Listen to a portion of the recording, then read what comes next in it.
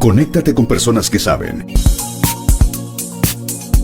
En divoxradio.com.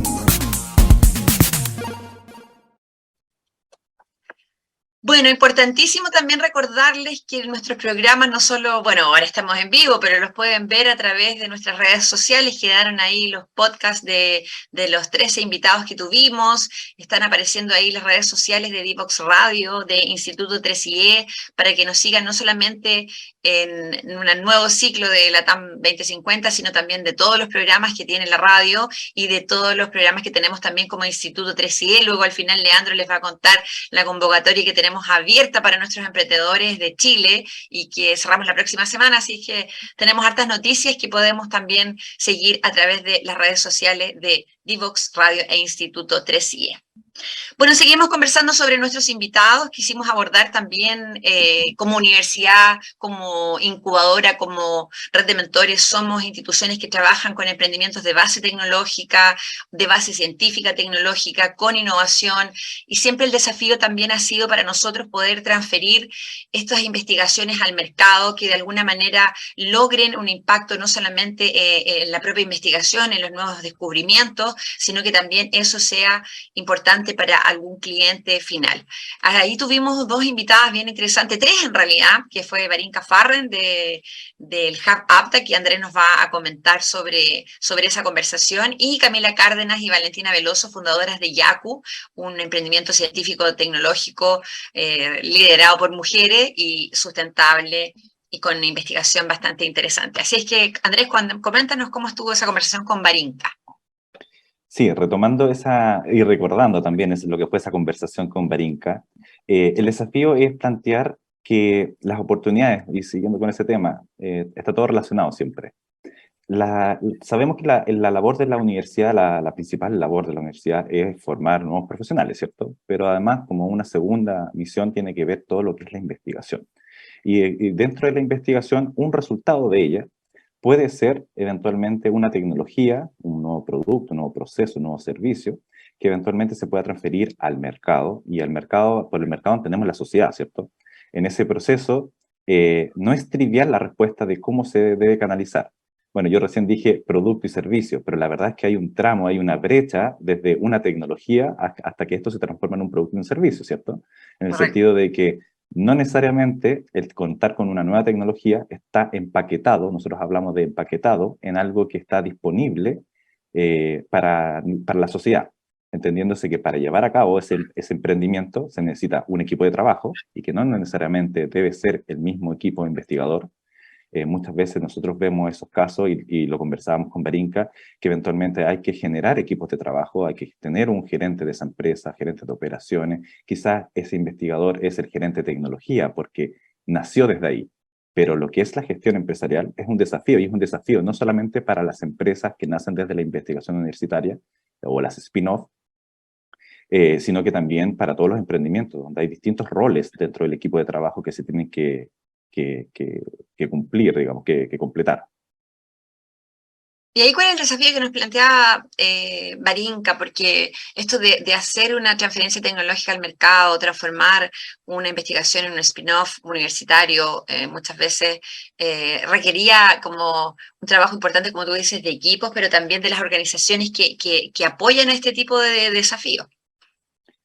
Sí, ahí los desafíos son múltiples, y quizás en una capa adicional, porque de alguna manera las universidades tienen una estructura que es un poco más grande para el caso de gestionar el emprendimiento dinámico, como nos gusta llamar a nosotros, y por eso sale el concepto de spin-off, es cómo sale desde la estructura de la universidad y a través de un propio vehículo legal, una nueva sociedad, se construye este emprendimiento, utilizando de alguna manera, de manera primitiva, esa tecnología que nace en la universidad.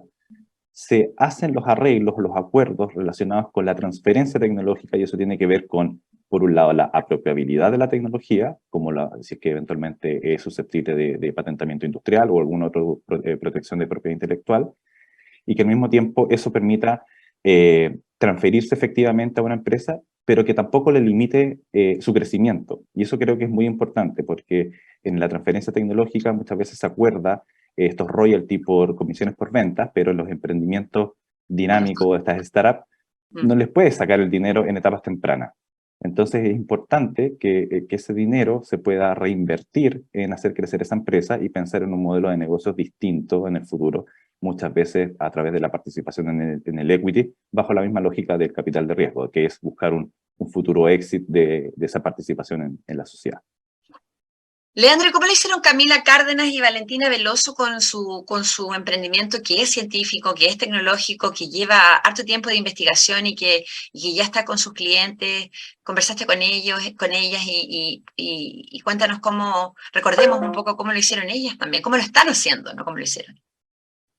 Bueno, como bien dices tú, es un emprendimiento científico-tecnológico, ya que ocupa unas bacterias, ¿no es cierto?, para poder hacer todo este sistema de biofiltración para aguas grises, principalmente del lavamanos, la ducha y lavadora.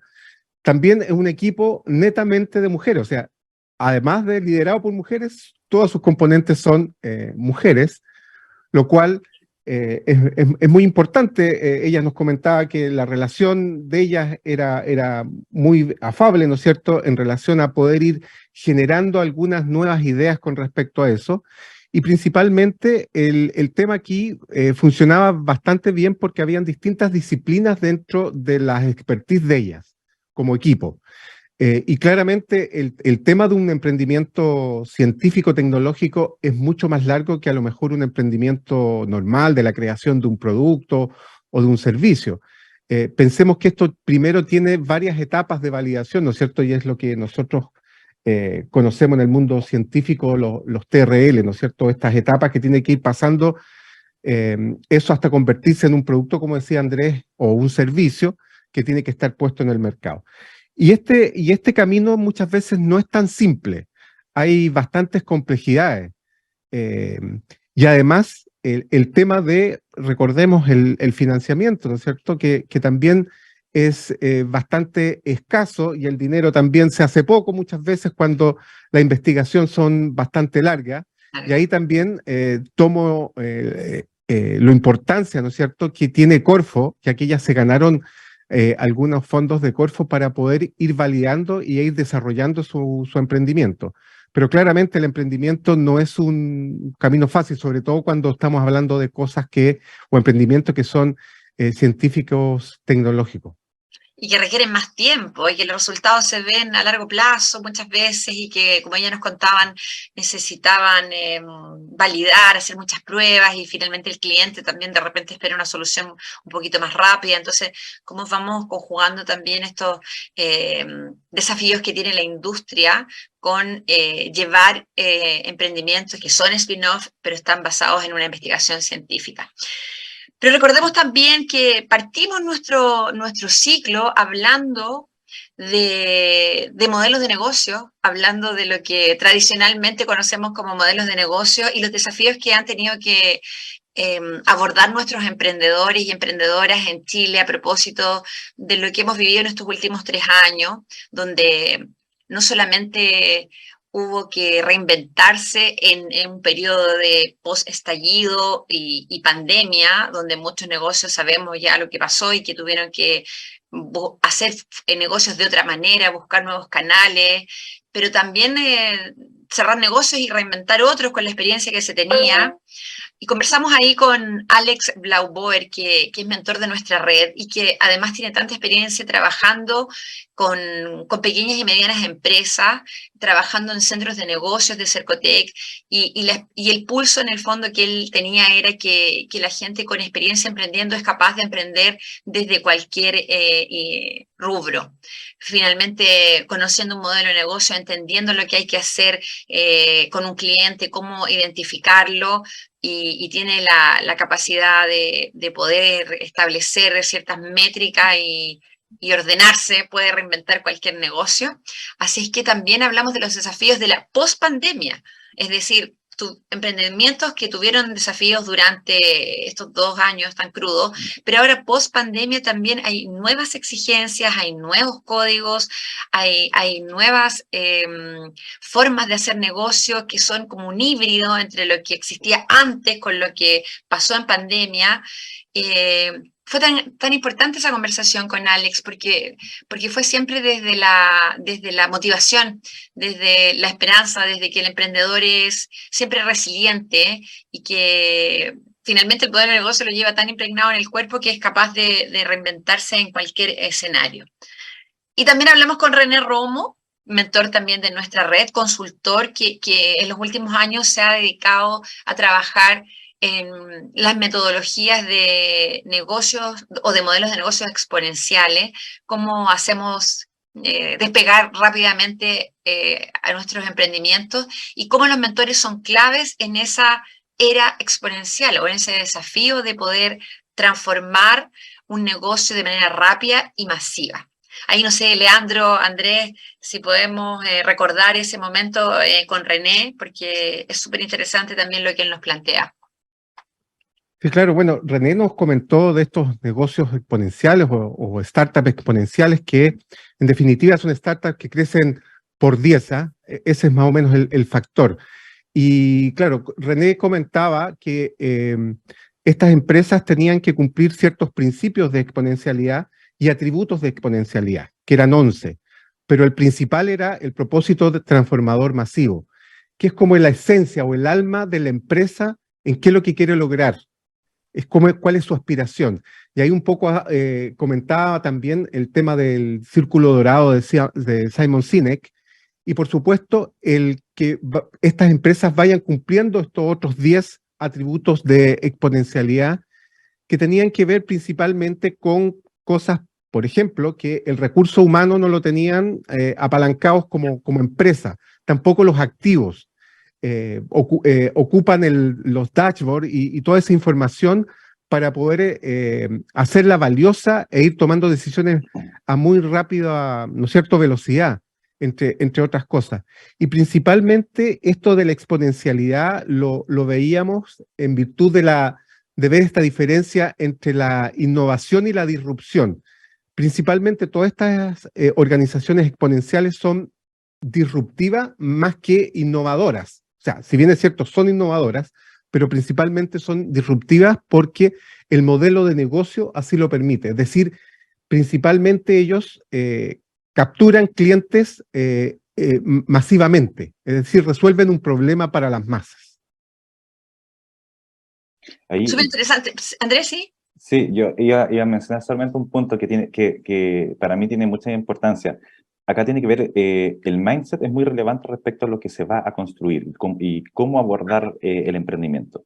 Porque no necesariamente, cuando uno está en el día a día,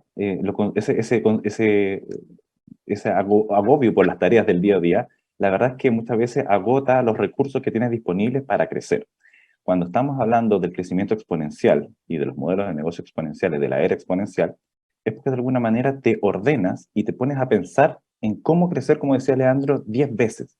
Es distinto plantearse esa problemática, porque si tú diriges el esfuerzo a eso, vas a encontrar otro tipo de soluciones cuando tú lo comparas a algo más pequeño, como cómo saco el día a día, cómo termino un despacho, cómo etcétera, etcétera. Entonces, la invitación es a repensarlo, a darse un tiempo, a pensar si es que eventualmente se pueden hacer estas transformaciones en los modelos de negocios para hacer crecer la empresa en un 10 por. No todos los emprendimientos lo pueden hacer, muchas veces esto va de la mano con las tecnologías y hay un concepto que me gusta mucho, que son los efectos de red, cómo el emprendimiento y la propuesta de valor se enriquece en la medida que existen más usuarios. Y además también permite capturar más clientes o más usuarios, también exponencialmente. Así que esos conceptos son los que quería repasar. Bueno, vamos a hacer una pausa nuevamente y nos encontramos en unos minutitos más ya con el tercer y último bloque de este ciclo de programas aquí por Divox Radio e Instituto 3IE. Vamos y regresamos de inmediato. Divoxradio.com. Conversaciones de protagonistas.